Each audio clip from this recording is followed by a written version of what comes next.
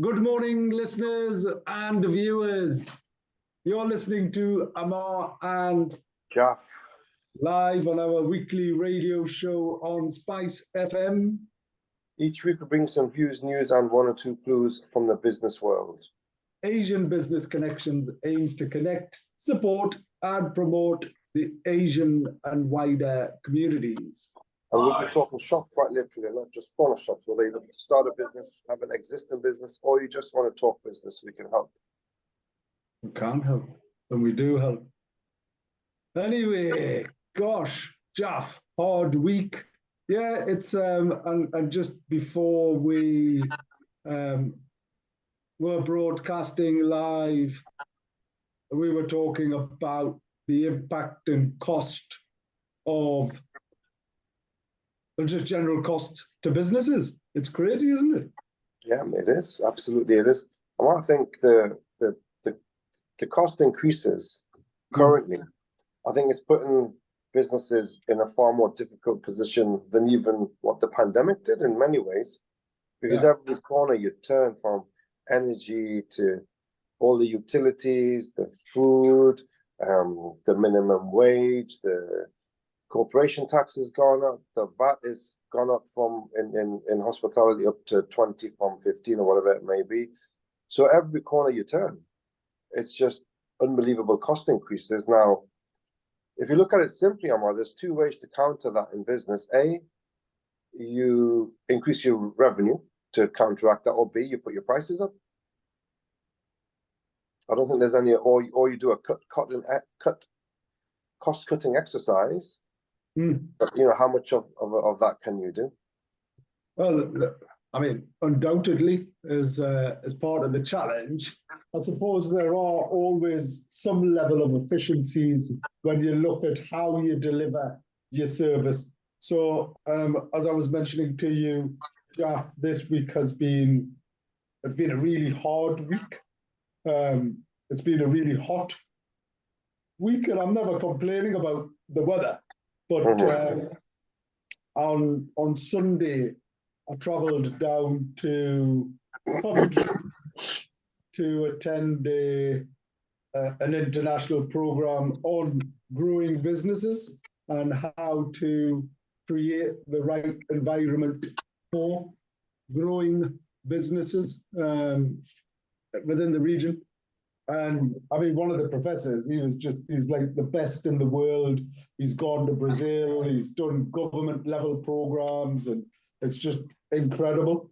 And it's some of the statistics relating to, if you help and support businesses that are growing more than if you help starting up businesses, right? So businesses that are year on year growing, if you invest as in with support and give them all of the right things that they need to grow more, they will create more jobs, they will have a better impact on the economy, they'll sustain more and such like. So that was the focus, and it's a great focus. And but it took me sort of nearly 5 hours on 3 trains to get to Coventry on Sunday, and it was like so hot. And then they'd booked this hotel.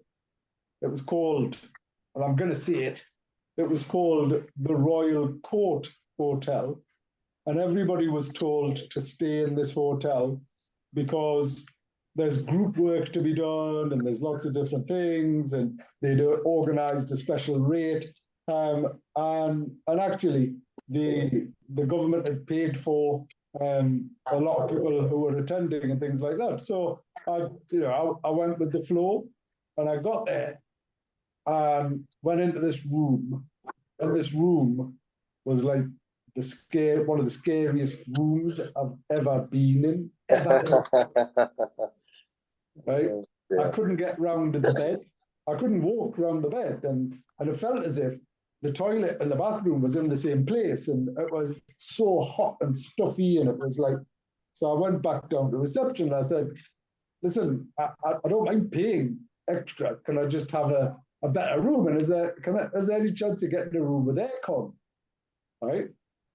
And she laughed at us. She's like, oh, I can give you a different room. I can give you a different room. But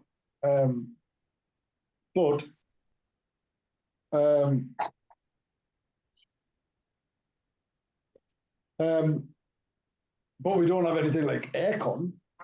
And then they had thunderstorms, and the water started coming through the walls in this hotel. Are you joking me? Yeah, right. And honestly, it was one of, if not the worst hotel. And I remember talking to the wife on the phone, and the wife was like, just leave. Yeah. Go somewhere else. And do you know what? In any other circumstance, I would have done, but because, right? And just to think, so MIT is one of the best universities in the world, right? The professors there are like recognized as global leaders, and this guy who ran this program is the best he is. And then we had government officials, we had like people from, so that there was 100 people staying in this hotel, and everybody was staying there, John. And the food was horrific. It was like, oh my God. And there was a hole in my wall, and I was worried that like cockroaches were going to crawl out of it. Honestly, it was like, and I felt as if there was fleas in the bed. Sure, you haven't got a cockroach in your throat, Ammar? Yeah, I have. So anyway, sadly, against that backdrop, I then went on this program, and it started every single day at 8 o'clock. We were getting picked up by a coach at 7:45. And here's the thing, I took my gym kit, getting excited because they've got a gym, because it was called the Health and Spa. The gym didn't open until 8 o'clock, and it closed at 6. And I was like, who goes to a hotel? And like, you know, the whole point of being in a hotel is you get up and do it, or you do it at the end of the day. Anyway, the program was amazing. It was really, but it was intensive because we developed a plan for the Northeast within 2.5 days. So every single night we were working till sort of 10, 11 o'clock, and then getting up, and then done the presentation. And then on Wednesday, I got the train from Coventry to Manchester and went to the NHS Confederation. So I was there, and it was just really hot. It was just scorching everywhere. And then Wednesday night, it was really late because everyone has like dinners and conferences and meetings and things like that. And it was just horrific. Anyway, great week, really productive, but I'm so glad to be back home. Yeah, it's good, man. It's always nice to come back home to Newcastle. When you cross that bridge, past the Angel, across the bridge, you think that it's a special feeling. It is a special feeling. It is a special feeling. So yeah, it's funny. So that was it was interesting. I'll tell you one of the big interesting things from the NHS Confed was I attended a couple of sessions on racism and inclusion and things like that. And one of the stories around how sad it is that members of staff, so 25% of so a quarter of the NHS is made up of ethnic minority individuals. I thought it was more than that, but anyway, so out of 1.4 million people employed by the NHS, like a quarter of them are ethnic minority. Vast majority are Asian, as it happens, but despite that, there is still incredible levels of racism. And if anybody ever says, and some of the statistics were shocking, Jeff, that if a black person in particular is more likely to face disciplinary, white person, they're more likely to, if they ever mention racism, to then be disciplined. So you can't even mention it, right? If you say, oh, I'm experiencing racism, but they are up to 70, 80% more likely to face challenges compared to others. It's crazy. It's crazy. And one of the stories on the stage was of a doctor, and I can share the link. But she spoke about a father who had become unwell. And he lived at home. I think it sounded like he lived at home by himself. Yeah. What he did. Sorry. And we're having a tour of Jeff. Needs to go in the office. No, I've just got something to just give them a go ahead on. All right. Great. We're live. This is like Challenge Jeff, a bit like Challenge Annika, is all it is. And the point around that story, Jeff, was this was a doctor whose father had got unwell, and I didn't get whether a father was living by himself at home or not, but in any event, it must have been during COVID or whatever that was, and he deteriorated, so he eventually called an ambulance, and he was like, I'm letting you know, I'm called an ambulance, and I'm now going to hospital. And we've lost Jeff. Are you there? Oh no, you're back. Sorry. Oh man, I don't know where to go. There's builders and works going on in one place. I'll go to the other place, and it's There's no signal. Yeah, there's no signal. Let me just try and find it.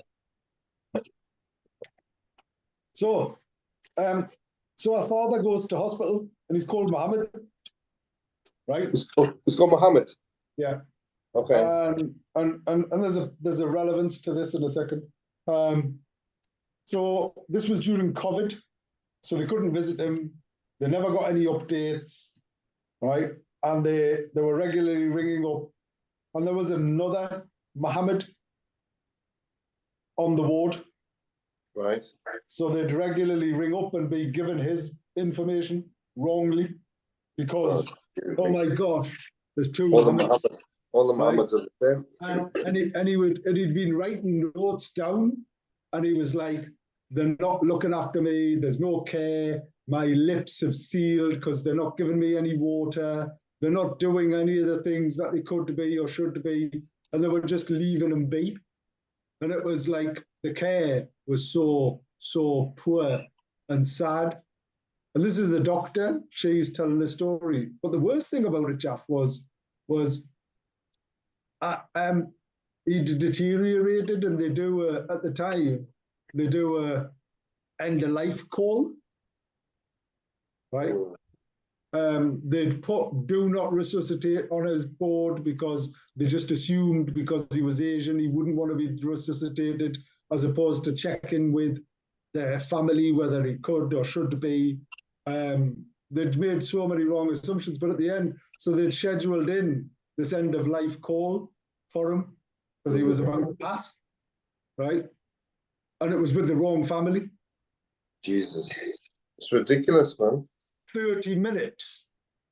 For 30 minutes, he was on this call, and they were he was saying, I don't recognize these people, right? And they were like, you're just delirious.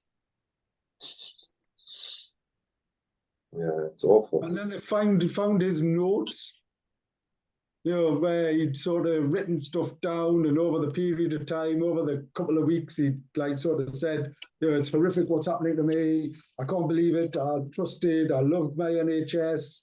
I didn't want to be a burden to it, but it's like, so it was sad.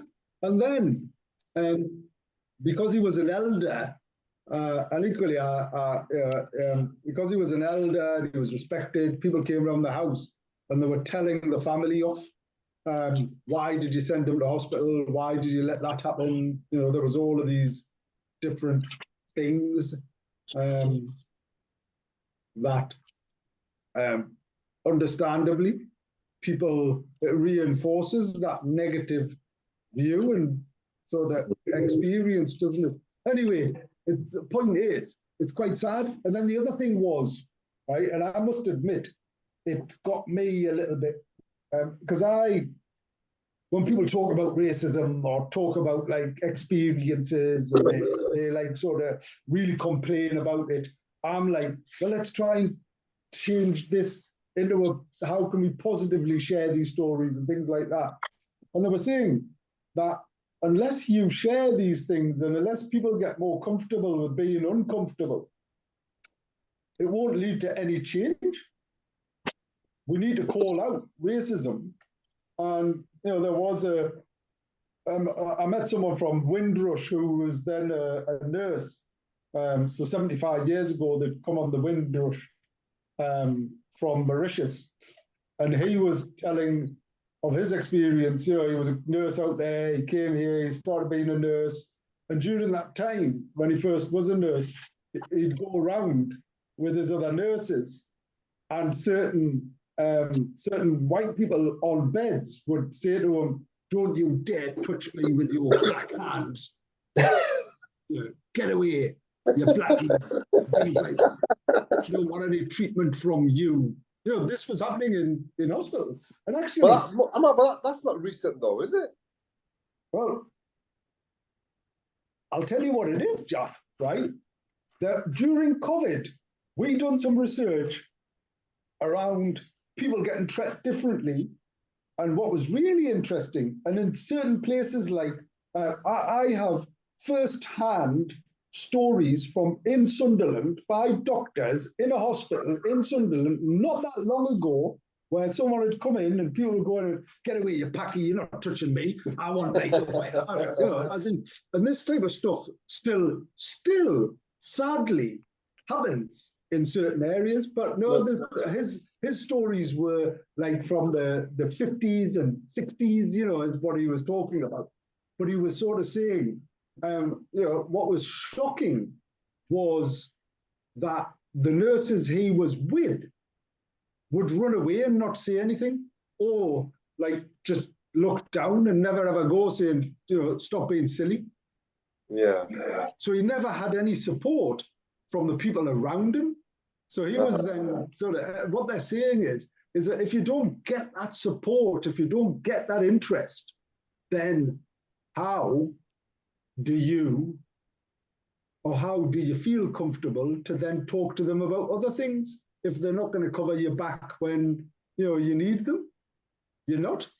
I mean, honestly, it's I don't know. It's absolutely terrible. It's terrible. It's terrifying. I think, though. I mean, I genuinely feel, Ammar, that intrinsically, people are not racist at all. You're not born being racist.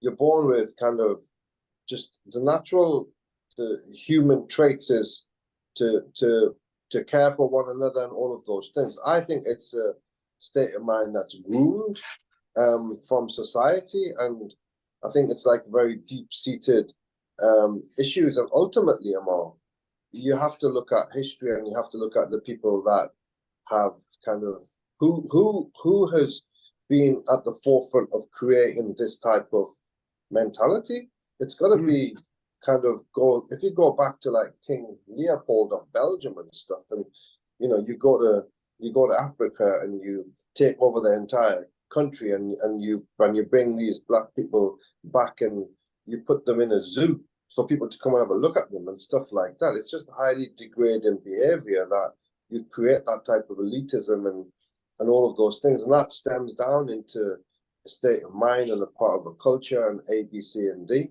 I think generally, though, the public themselves, most of the people they're not like that at all, and it's such a shame that some institutions are set up in a way that I feel that it is institutionally racist. And we as individuals, I think we've done very, very well, kind of, challenging certain stereotypes, and with that in mind, I think people of color have done so much for UK and in general because of what we've brought to the table. But I think those things are so sad to hear that in today's in 2023, problem like those still exist. It's horrifying. No, without a doubt. It is, but equally, as I say, one of the things that it made me reflect on. So give you an example, Jack, as in I've been saying, right, well, actually I haven't, other people have been saying for quite some time that there's a number of organisations that are institutionally racist. And it was interesting because last year, Newcastle City councillors equally said, we have the racism charter. We recognise that there is some challenges within the council and the council services. And that to me, I thought, great. People are recognising that you need to consider the individuals that offer certain services. Now, within Newcastle City Council, for example, the regulatory services, there's hardly none, if any, Asian people or ethnic people working in licensing, working in regulation, working in council tax, working in all of these places and spaces. Yet everybody that does tends to treat the vast majority of those that do tend to treat Asian individuals in a disproportionately different manner to those others. And I personally experienced that. And every time I sort of go, listen, I think there's a bit of a challenge here. There's a bit of an issue because I imagine how many people I speak to regularly. And out of all of them, right, they then come to me and say, by the way, right, this is an issue. And I've done everything they've asked me to, but now they're asking, they're treating me differently, and they've done this and done that, and da-da-da-da-da.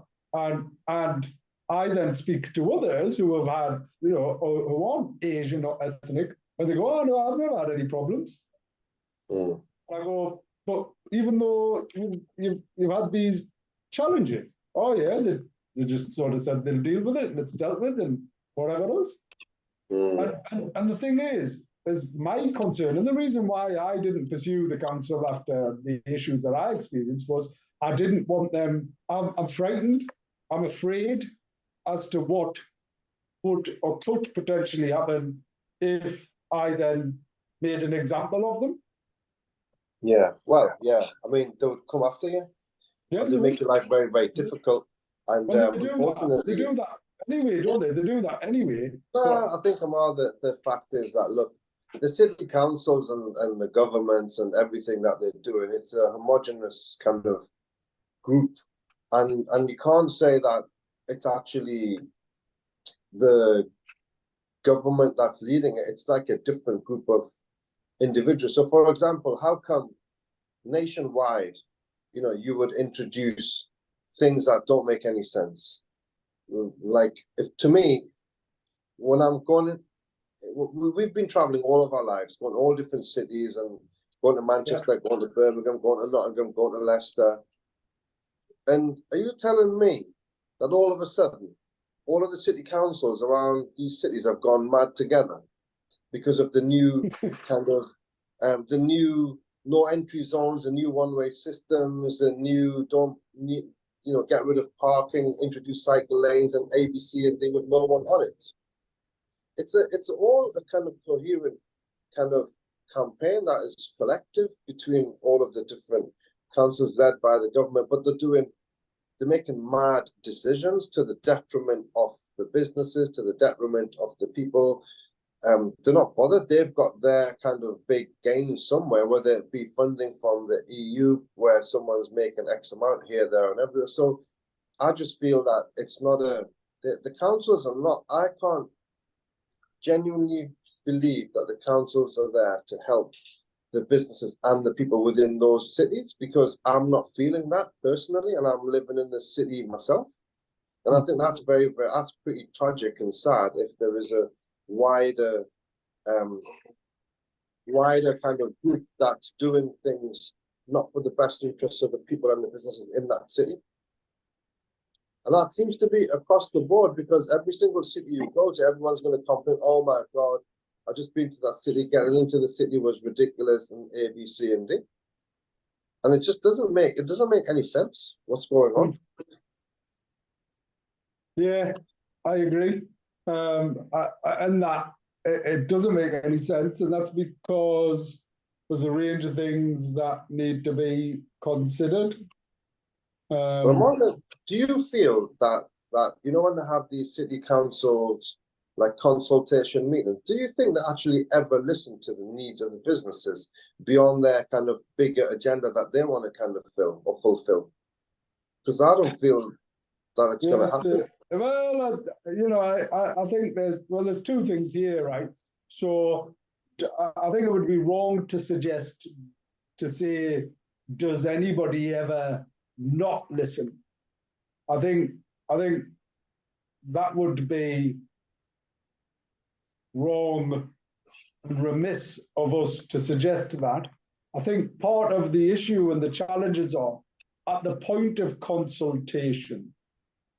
A lot of what has been developed and what is happening has already happened. So I think there's a bit of an issue with the consultation process. It should be at the point of idea that people should be having conversations, not at the point where someone's being employed by the council or whoever it is, whichever authority, spent months on this, applied for money, done everything, and it's at that point when they've got the money that they then go and have consultations. I think that's wrong, because it's really hard for then somebody to go, oh, what I suggested isn't right. Is part of that. The second thing is around part of the issues is that whilst people will talk and complain about it between one another, no one really allocates the time at the right time to feedback. So if everybody, going back to, it's not dissimilar to the racism thing, right? If everybody sits and goes, it's pointless me complaining about racism and not doing anything about it, but between us all we ever do is talk about how, you know, the institutions are racist and services are racist and they're not inclusive. Well, what do you think is ever going to change? And it's the same thing with these type of approaches. If all of us just sit and complain about, I can't find a parking space, and you know, my customers have nowhere to come now, and you know, there's all of these examples of how businesses are, you know, starting to be impacted by these changes, and the only thing that ever happens is everyone just complains about it and does nothing about it, and doesn't go to the consultations and doesn't sign petitions, nothing's ever going to change. So I think there needs to be some collective action. Is what I think so. I mean, we are going to the consultations and we are raising it, but they just said, no, you guys are a bit stupid because you're not understanding the impact of the climate and how you got some cows that are farting in the air and they're screwing up the environment because of the methane that's coming out of their bums, as opposed to India and China and all the industry in the world, and the smoke that's coming out of all of the industry is not having an impact on the world. I mean, it's absolutely ridiculous. You have like things like, you know, people want to hide things and not talk about the impact of blowing up something like the Nord Stream, amount of methane that's just gone into the atmosphere that no one's talking about. Like thousands and thousands of cubic meters of horrible, nasty stuff. That, oh yeah, let's not talk about that, but let's kind of talk about the cows, and or because of that, oh yeah, we can't allow cars to go into the city centre. And we're supposed to sit there and act like fools and accept all of that nonsense. So if you raise a sensible question in these meetings, everyone looks at you and thinks, hey man, you're a bit of a weirdo. So what are you supposed to do? Either you look like a weirdo in these meetings, or you just keep quiet about it. So I think it's so difficult, and you feel as though it's like a lost cause. That, yep, city council is there, but you know, we have to adhere to the policies that they introduce, and I can't see those policies getting better anytime soon, unless there's like a massive shake-up right from top down. At least for now, Ammar, we haven't got 15-minute cities, and we haven't got this ULEZ, one of these zones that are popping up in other cities around the country. No, but we have. So I was talking to a taxi owner, right? And any car or any taxi that's older than sort of 5 years or whatever it is now having to pay £12 a day. Not to get into the city. Yeah. Yeah, it's mad, man. So where you were able to send any car into town, right? Where you were able to send any car into town, but does it take, has it all of a sudden freed up the whole of the city? No. There's still congestion. It still takes you forever to get from one point to the other. I mean, and the roads that they're closing off in Jesmond and stuff like that, I don't know. I think it's so there's loads of examples of other regions globally who have actually changed their, gone back. They put cycle lanes in, right? But no one used them. Mm-hmm. So it's crazy. Anyway, we've got a business topic of the week, is what we have, and let's see what's going on in the world, Jalf. I'll tell you, it's great though. The weather's good.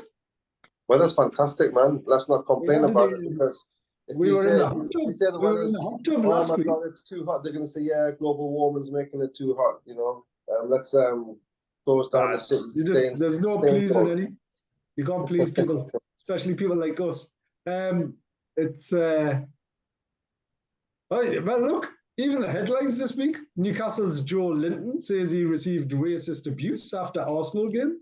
Well, hey, there's Joe Linton, right? Did you hear about Vinicius Jr., the Brazilian Real Madrid, the new number 7, one of the fastest, best wingers in world football, right? Yeah. The entire stadium in Valencia, they were jumping up and down, calling him monkey. No. The entire stadium. Carlo Ancelotti, he was like, what the hell is this? He was like ready to, and then there was like a little, there was an incident between two players, because obviously he was like highly stressed in the situation, and then they sent him off. They sent Vinicius Jr. off, and it was absolutely ludicrous. So you need to go to YouTube, and have a little look. Imagine an entire stadium, calling him a monkey. It's proper mad. Crazy. So, business topic of the week. Let's share my screen. In the world of entrepreneurship, ideas are easy, but successful businesses are built on solid foundations. One crucial step in ensuring the viability of your business is validating your business model. Operating solely on assumptions can be risky, leading to wasted time, effort, and resources. To start, let's define what it means to validate a business model. Validating your business model involves rigorously testing and refining your assumptions to ensure that your ideas have real-world potential It is a process that helps reduce risks and increase the likelihood of success. By validating your business model, you move beyond assumptions and gain a clearer understanding of your target market, value proposition, revenue streams, cost structure, and overall feasibility. Feasibility is a critical aspect of your business model. It assesses whether your concept is technically and operationally achievable. When validating feasibility, consider factors such as technical requirements, resources, and capabilities. So you've got feasibility, can you do this? Viability focuses on the financial sustainability of your business model. It evaluates the revenue, cost structure, scalability, and desirability refers to the level of customers. So does someone want to buy it? Do customers want what I'm offering? Validating desirability involves understanding your customers' needs, preferences, and market demand. Market research, Jalf, you're incredible at this. You spend a lot of time, don't you, Jalf, on sort of the planning, testing, refining, going everywhere, talking to people. I mean, even, even the drinks menu went through lots of testing, didn't it? Yeah, of course. I think, I'll put the market research on it's all a matter of, you just, from my perspective, what you're saying, I was going to ask you a question, actually, the validating the business model. Is it an ongoing process? Yes. It can't just be something that you say that, oh yeah, every 3 years I'm going to do that, or every 5 years I'm going to evaluate my business model. I think personally, you need to be evaluating your business model on a consistent, regular basis. And then you need to constantly tweak, improve, develop, adapt, change to the needs of the market. So the research part of that is very, very important, because as you're kind of evaluating, you've got to kind of try and pinpoint and understand trends and changes and try and be at the forefront of that. So I guess that's one of the reasons why the research is very, very important, because you can, as part of your analysis, isn't it, to see how the market is changing and evolving and how you can adapt your model to be ahead of everybody else. Well, and it's about that constant. So our program, Jalf, our qualification that we've developed is called Business Model Innovation. And it's about looking at your business model, so desirability, right? So you do this at the beginning, but you should do it. So the most successful businesses constantly do it. So Amazon, as an example, will constantly look at, what do you view? What are your buying habits? What type of things are you interested in? What type of products? What quality? What quantity? How often? So they are constantly testing the desirability of their platform, because they're constantly evaluating the data. And the better the data, the better your business plan and the more successful it'll become. So, one of the things that leisure industry isn't that good at doing, and the best ones, the best organizations, develop a relationship with their customers. And it's not just about, leave us a review, can you fill out this survey, can you test this, can you do that? It's almost at the point of booking. Oh, by the way, can I just ask you, where are you coming from? How did you find out about this? What would you like from the experience? Even those 2 or 3 questions in a booking process can get people to go, oh my gosh, they're really interested in me and my experience. And then when you come, oh, by the way, we're going to test this. We're changing the menu. We want you to, I wonder, if you were could you do a quick quiz? And if you do this quick quiz, you'll get a free Pop-It ha ha ha. But all of a sudden, you're using people's, interaction and engagement. You're developing meaningful relationships.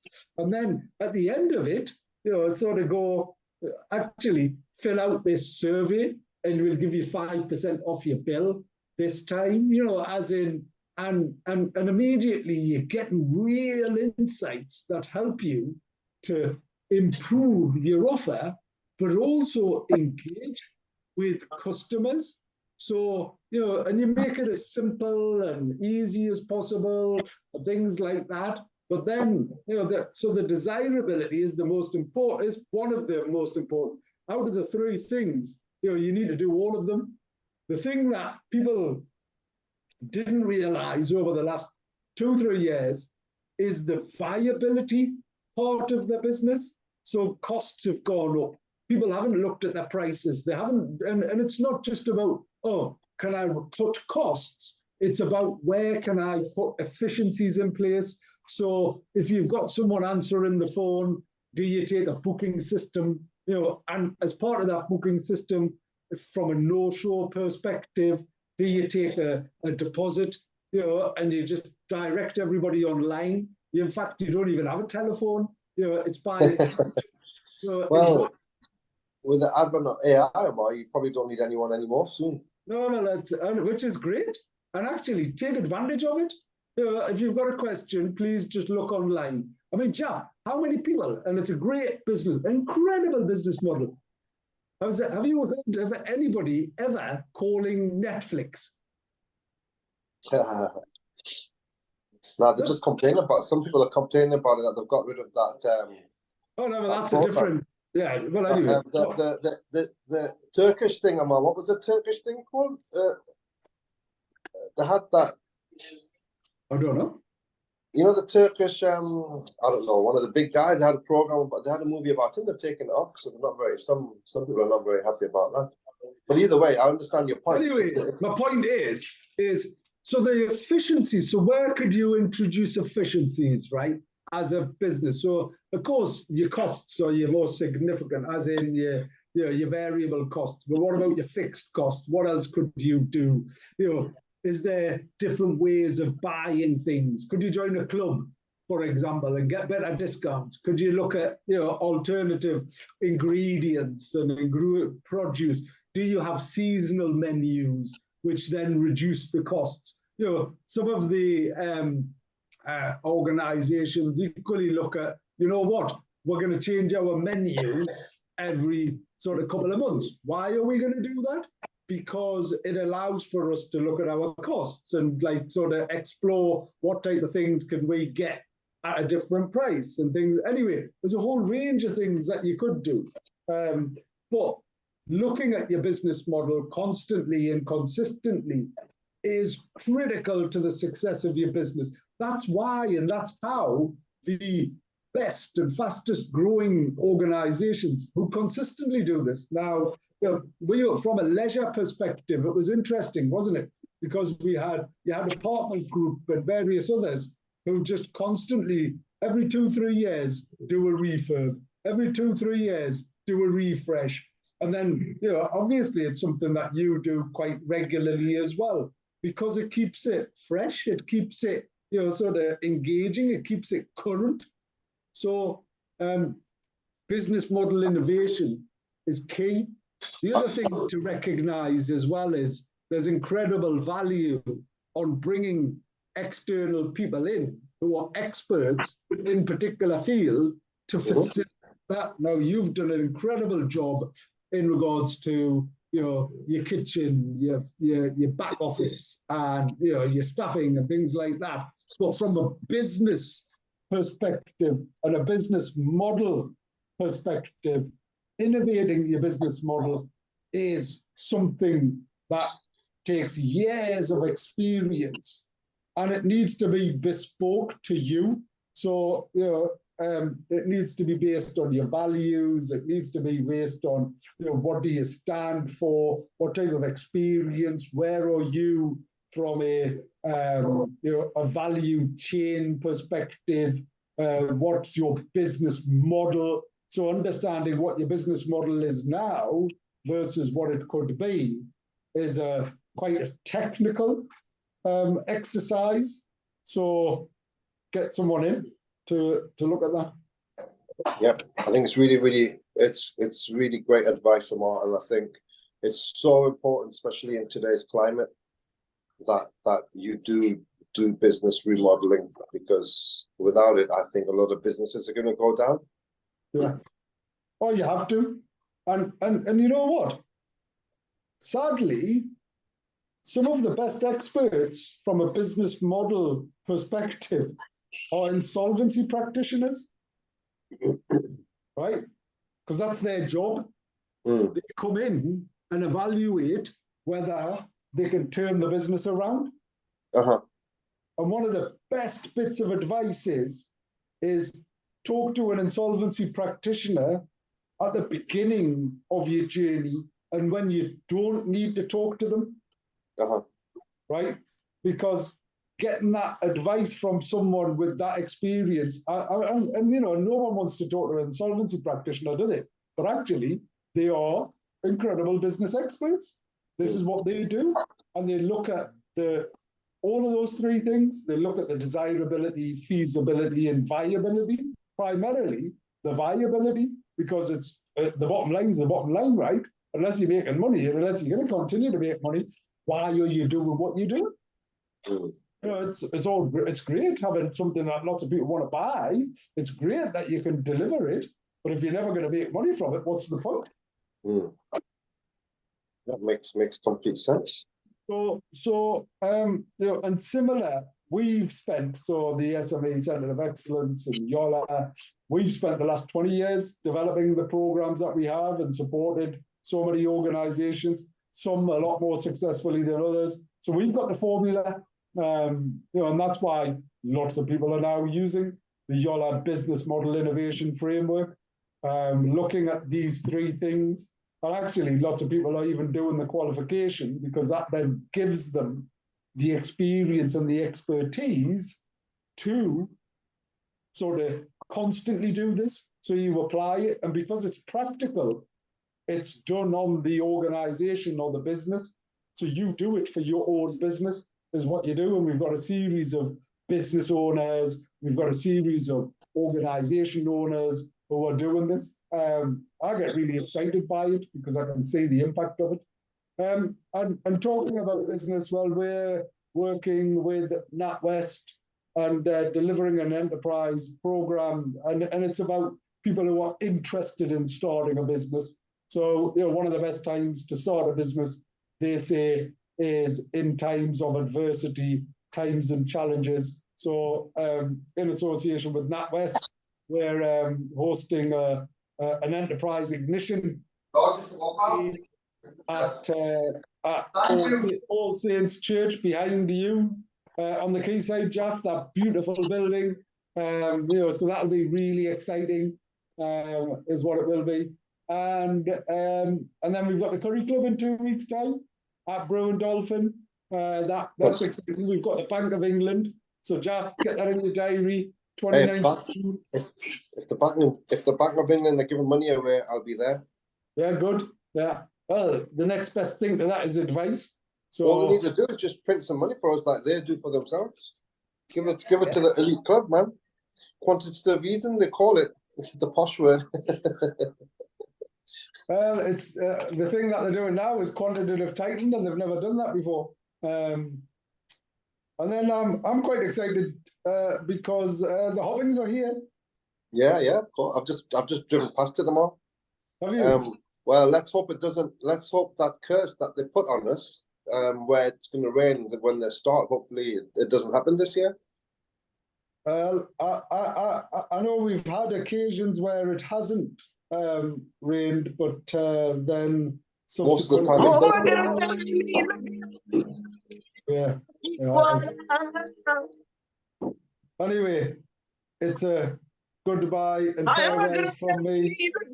I don't know what's going on with the radio, but until next week, see you next week. Care. All right.